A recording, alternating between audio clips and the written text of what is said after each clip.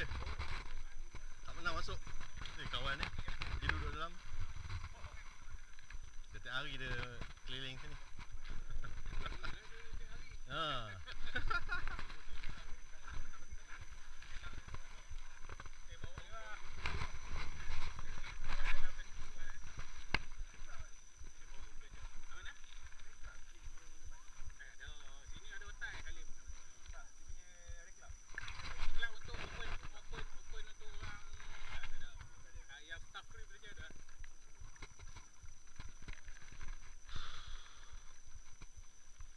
Macam mana nak cari dalam Facebook?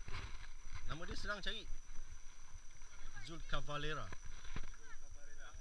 C-A-V-A-L-E-R-A. The Legend.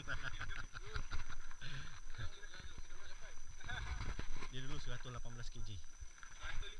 155. Yang 118 Zul lagi satu Kalau apa 155 kg. 155 dulu kan dalam 72. Banyak tu. Dalam bulat lagi sekarang. Memang jalan pergi sangat berbakti pada saya. Yang paling buka apa yang banyak lemak tu macam mana? Yang banyak turunkan berat badan apa? Basikal? Basikal lah. Tapi makan memang kena jaga. Tapi 155 basikal dah dah. Dulu saya pakai SDS 26 dulu. Boleh bawa, tak payah risau je. Saya dah try, tapi memang krek kita punya group set memang puji habis semua. SDS 26 saya tu memang banyak berbakti lah. Makan kena jaga pun Desa kan? Makan memang paling penting makan sana. Exercise ni dia untuk mempercepat dia. Boleh. Banyak tu. Kurang separuh tu. Tengok gambar. Gambar gila. Tengok gambar sedap kan. Betul lah. Ini dapat jumpa artis lah. Tolong ambil. Boleh.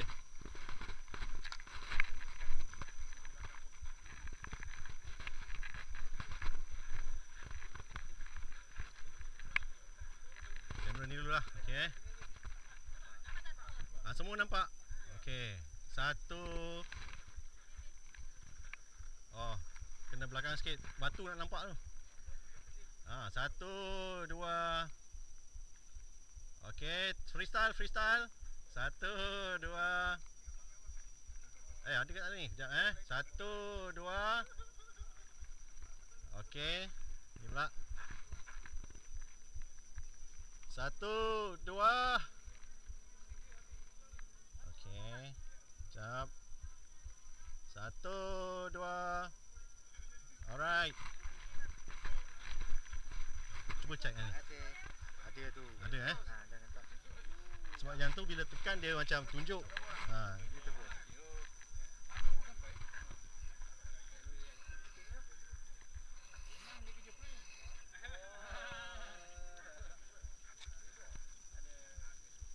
Ada dua. Ada. Okey, terima kasih. Alright. Oh, cantik. Jaga hari satu kelab lah.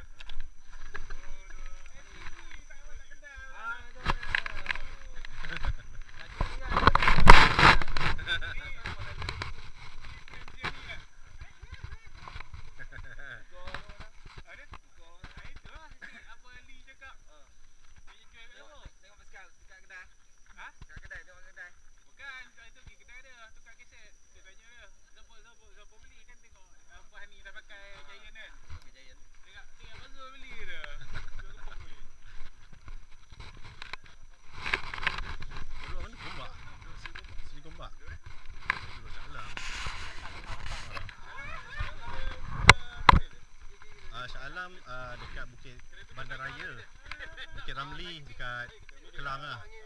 Kelang Setia Alam tu. Dalam Shah Alam Serakah ada, tak pernah masuk. Saya jarang off-road. Tu dapat jumpa dia ni. Tengok dia duduk frame, minta dia masuk dalam. Jalan-jalan saya suka off-road ni sebab nature kan. Selamat lah sikit. Yalah walaupun aksiden mana berlaku kan.